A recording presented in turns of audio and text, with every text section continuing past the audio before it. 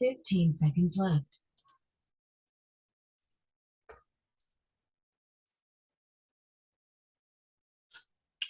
All right, I'm on here. I just got off the clock. I'm drafting from the 4 spot. This is Football Guys $350 Players Championship. Started with Cooper Cup. I was hoping to get Jefferson. I've been wanting to get Jefferson. I have 0 shares of Jefferson in this tournament, even though this is my 24th team that I'm drafting in this thing. But I'm stoked to have Cooper Cup. I only got 2 of him now, so that's fantastic. I'm going to show you the board here. And just took Juju in the 4th after going Javonte and Mike Evans in the 2nd and the 3rd. A couple things that sort of stand out. I see Kyle Pitts went super early in the 1st. That's the earliest I've seen him. I don't think it's crazy. If you reached for Barkley at 8, I wouldn't be surprised if Pitts makes it back to you in the 2nd, but I can see doing it this way too. But I don't think I've seen anybody go that early for Pitts yet. So that was a little bit of an oddball. I am actually the only badge in this draft room, which usually is the opposite of what I found. Now, a badge on the FPC website means that I've, played in like over, I forget what the amount of tournaments is or the amount of leagues, but I've also won enough prize money to be given a badge. It's like you're considered a veteran on the website. It doesn't really mean like a ton, but none of the other drafters in this room have one. And so I don't know if that means that they don't know this format very well, or they're more of a casual drafter as we're here in September. But a lot of times it's the opposite. I find that the rooms that don't have as many badges in them are really good. Let's see. Other than that, Michael Pittman, maybe a little bit early. I've seen him go in the 2nd a few times, so that's not like crazy. But a little bit early went Josh Allen right there as well.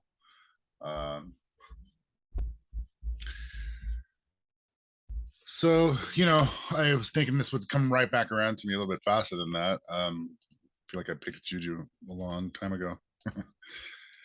So try to give a quick, brief little rundown on this tournament. It's $500,000 for first place. You play within your own individual 12-team league for the first 12 weeks of the season, and that is the regular season. The 1 seed goes to the team with the best record, tiebreaker obviously being most points scored. But the 2 seed goes to the remaining team with the most points scored. The 3 seed goes to the remaining team with the best record. The 4 seed goes to the remaining team with the most points scored. And so sometimes the standings are kind of crazy getting down to the last couple of weeks of the 12-week regular season. Only 4 seeds make it into the playoffs. The 1 and 2 seeds automatically advance to the big dance playoff, which is in weeks 15, 16, and 17. And that's what you really want to get into. That's where it's a big combined playoff field of all the 1 and 2 seeds of all the different leagues. This is really taking a long time. Are we paused? We're paused. I'm sitting here talking through a paused draft here. Gosh, I was thinking that took a long time. Okay, so who did he... Crap, who just came off? There was a tight end, right? Waller, Kittle. Oh, it was Kittle. I hadn't marked him off yet. Yeah, I have my own tiers and draft sheet that I draft off of. I'm marking names off as we go. But okay, Mahomes, then Dalton Schultz, and this is going to come around to me. At this point, I'm sort of just best player available. I like my 3 wide receiver start out of 4 rounds, but I'm probably going to bang out another receiver here. To get back to this format, though, so the league playoffs for your own individual league are weeks 13 and 14. 1 seed plays the 4 seed, 2 played 3 in week 13. The winners advance to the league championship in week 14. Like I said, the 1 and 2 seeds automatically advance to the big dance. That is weeks 15, 16, and 17. But if you get into your league playoffs as a 3 or 4 seed and end up winning your league championship, then you also get into the big dance. So yeah, $500,000 for first place. In 2019, it was $250,000 for first place. It's gone up since then. But in 2019, I took 3rd place in this thing, was worth $15K. And Well, I've been obsessed with winning it ever since. And one of the strategies for a big tournament like this, which frankly I think you should apply to just about every draft for redraft or best ball, is upside. You're always looking for upside. And I'm willing to reach for guys that, well, in general, I'm willing to reach for guys that I like a lot anyway. But those who are, I think, capable of putting up 40 points in a given game day, even if you're not going to be able to predict when it's going to happen, but you're hoping to get the right like codex lockbox combination, magic for the week 15, 16, and 17 playoffs that can win you this thing. It's we don't know who it's going to be, but yeah, I want guys that have that kind of mad upside. And so anyway, that's a little bit of the background of the tournament and the philosophy. Like I said, this is my 24th one of the year. I'm going to do a couple main events next week. And I have 2 more of these, as well as a couple other non-FPC drafts. All right, so McLaurin, You are up next. Dylan, and Cooks, and I'm on deck. It's kind of early for both of those guys, I think. I never like getting sniped, and it's been happening a lot lately, so I'm not going to say this person's name out loud, but there's 2 names I like quite a bit at this spot, so I'm pretty much good either way, but we'll find out momentarily. Then I'll take a break and call this good. Come back after we get quite a bit further on to the maybe 10th round or something. Come on, Gummo.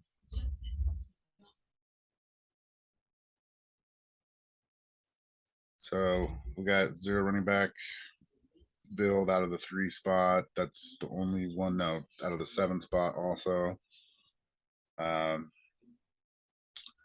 Cam Akers, okay. All right. Now you are on the clock. I am on the clock. I'm gonna go ahead and go into my draft room and just make sure I'm not missing anything too obvious here.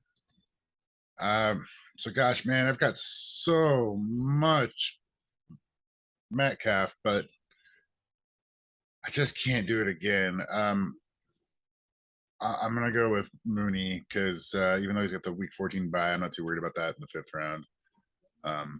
I'm not stacking too many week 14s right now anyway.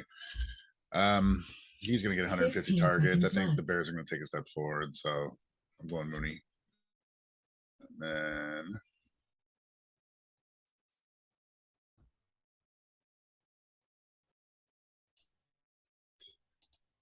okay, so that is a really solid wide receiver core.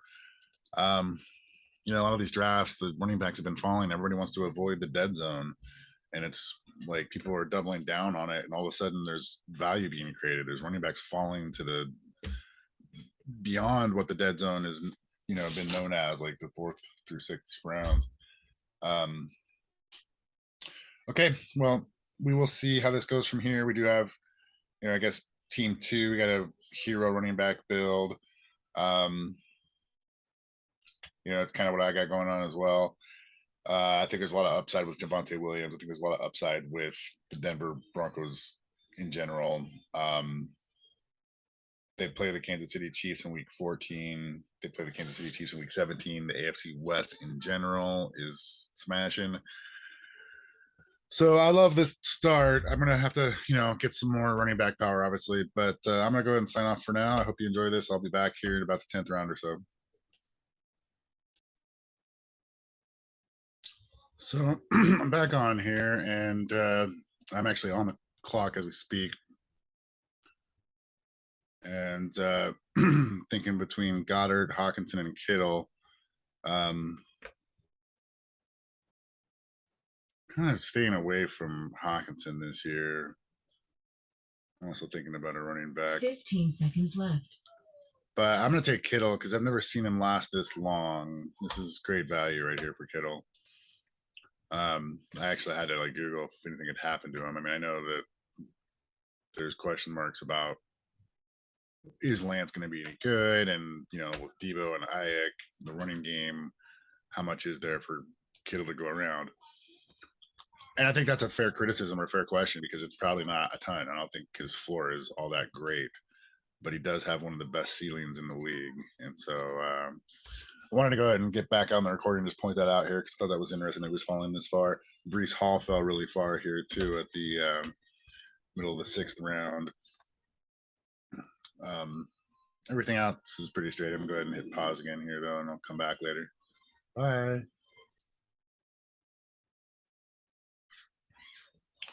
Back on here. It's really good value there for Dallas Goedert, in my opinion. I think he's going to really ball out this year. I know AJ Brown is kind of a blocker there, but it's a different calculus at the tight end spot than it is for wide receiver. I mean, if I was looking at who's the second wide receiver on the Eagles, yeah, I'd probably avoid because of Goddard and AJ Brown. But I do think he's going to explode. We've been waiting for Ertz to go away for a few years now, ever since Goddard got drafted, and now after Ertz left mid-season last year, Goddard lit it up. Anyway, I've taken him as early as like 502, 503 in this tight end premium format. I may not have mentioned it specifically earlier, but this is PPR for running backs and receivers, but it's 1.5 points per reception for tight ends. And, you got to have a plan for tight end in this format. But anyway, that's great value in Goddard. Notice Renfro went kind of earlier than usual, I would have thought. Nothing else too strange. It's a pretty chalk draft. Team 11's going, every other here. That's about as chalky of a draft as it gets, but not bad. See what they do at tight end. And, I think everybody's waiting on quarterback. Everybody's paranoid about the running back dead zone. Everybody wants to grab wide receivers early, which I agree with. And it's creating running back value. It's like 6 through 8, 9 rounds. There's good running backs on here, and it's a really different landscape this year. Okay, I'm coming up on the clock here. There went Robert Woods, Singletary. I probably need to keep banging out running backs here. I wouldn't mind. There's a couple of wide receivers I like still. I'm content to keep waiting at quarterback. All right, there went Penny. Okay, I am gonna take a guy that I'm kind of excited about, but also Now you are on the clock. It also goes along with the. Let's see, where is he? There he is. So this tournament, I couldn't tell you off the top of my head how many thousands of people are entering into it, but it's not going to sell out until like next Saturday. Well, we got Thursday night football coming up. It's the Rams and the Bills, but there's drafts that are going to occur after that. And so in these big tournaments, especially this one, they allow everybody 15 seconds left. Whether you drafted in May or whether you drafted in June or July, August, September, doesn't matter. You get to retroactively choose whether you want any of your Buffalo Bills or Los Angeles Rams players to be in your lineup. You get to watch the game first and decide. So taking stabs at anybody on those two rosters is not a bad idea. I don't know. I might go for Moss later, although I'd hope to drop him if he doesn't have like a huge game. People sometimes pick up like 2 kickers, like get one from that Thursday night football game and one from another game, just in case the Thursday guy like lights it up. That kind of thing. I think with Buffalo, you could maybe make a case for like Khalil Shakir or Jamison Crowder late. But I also can't help but wonder if that rule, that peculiarity of being able to retroactively change your lineup, if that has an effect on Gabriel Davis's ADP in particular. I mean, I know he's like the talk of the offseason, and I'm not even going to go there right now because I've said plenty. Did I miss Damian Harris? Is he still available? I think he is. There went Trey Lance. Anywho, so anyway, that's something to be aware of as far as that Thursday night football game. It's worth thinking about whether you want to target those guys. The Rams and the Bills both have really good defenses, but those are high-powered offenses. You kind of figure it's going to be fireworks. But aside from that game, I mean, James Cook, I think he's got the profile to be a 3-down back. They want a running back that can be a receiving back for them, and that's exactly his profile. They had inquired if McCaffrey was available this offseason. They had tried to sign JD McKissick, and then they drafted Cook on day 2. So I like Singletary a lot as well. And I don't know that there's really, You're up next. I don't know if there's really going to be enough touches for Cook, but again, upside. I think that the right circumstances, he could take over that backfield. Okay. No. We'll go down there. I might have to take another wide receiver. There's some good ones here, and I have a feeling the tight end value is going to continue to fall. These guys, there's only what 1, 2, 3, 4, 5, 6, 7, 8, 9, 10 tight ends come off the board. That seems a little light through the beginning of the 9th round. Okay, I am on deck. Now you are on the clock. Sky Moore. Okay. Yeah. Oh, did I miss Drake London? Is he still there? I think that's where. No, he is. He went. Drake London's off the board. Sky and Drake. I might go Olave here. I was about to say maybe Nuke, maybe Tony. Kind of like the rookie here though.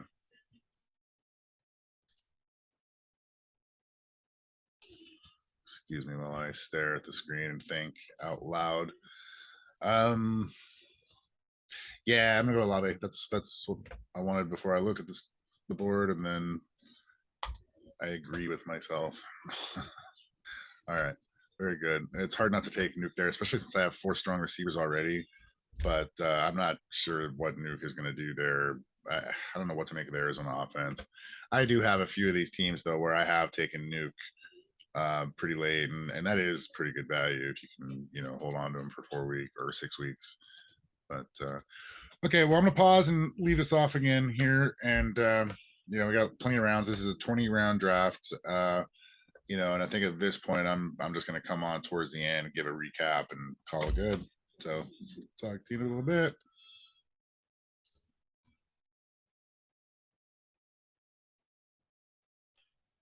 Gonna go ahead and jump back in here a little bit, catch you up. I think I was talking about I took Olave with my last pick, just backed it up with Madison, Dotson, Stafford, Samir White.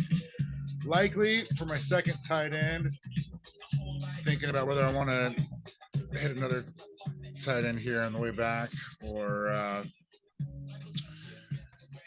maybe take my favorite quarterback of the year. Let's see, where is he?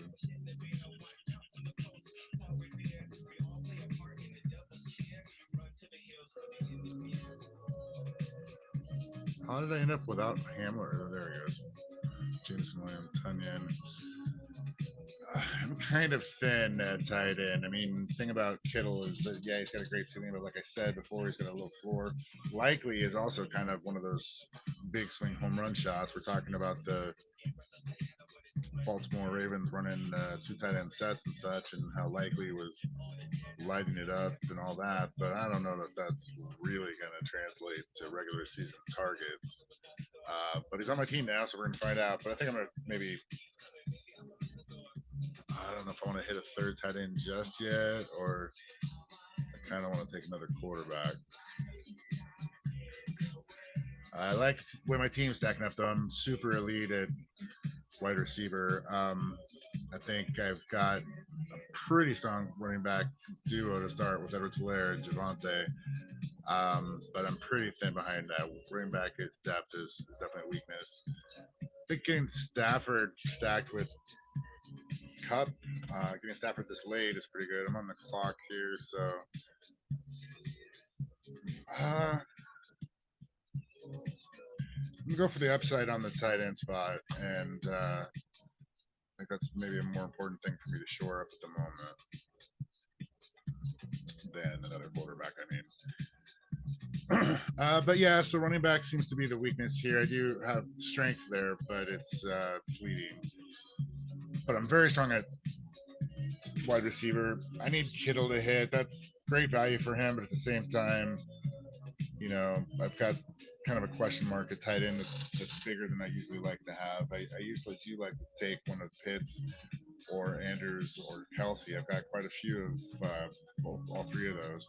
I have a few Waller shares as well. I'm fading Dalton Schultz. I think he's going way too early.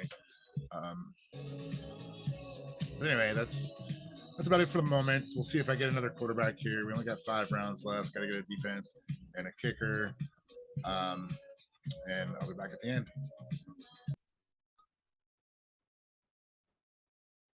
Okay, I am back.